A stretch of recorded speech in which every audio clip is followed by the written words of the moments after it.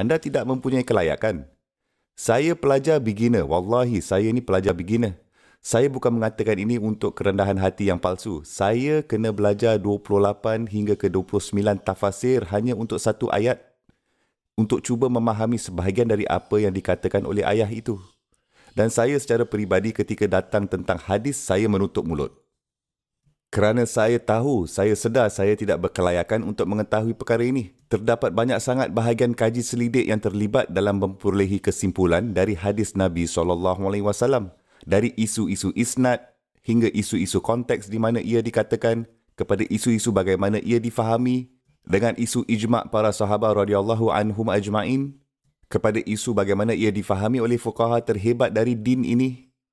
Terdapat beberapa masalah yang rumit di sini dan untuk anda hanya mengambil dari Bukhari dan baca terjemahan hadis dan kemudian mula berdebat dengan seseorang, ini adalah satu keburukan bagi sunnah Nabi SAW.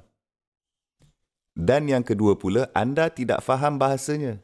Anda hanya membaca dan hanya memuntahkannya dari terjemahan. Beraninya kamu.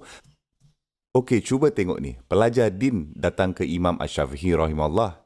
Kami ingin belajar hadis dari kamu.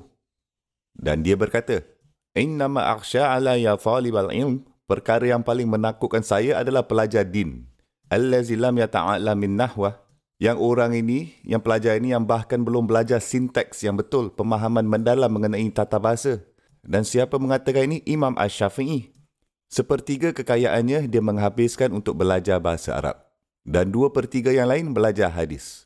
Dan pada akhirnya dia berkata, saya sepatutnya menghabiskan 2/3 dari itu yang telah saya habiskan untuk hadis walaupun itu dalam bahasa Arab. Begitulah prihatinnya dia untuk memperdalamkan pengetahuannya tentang bahasa Arab Quran ini yang sungguh diperkaya, sangat diperkaya.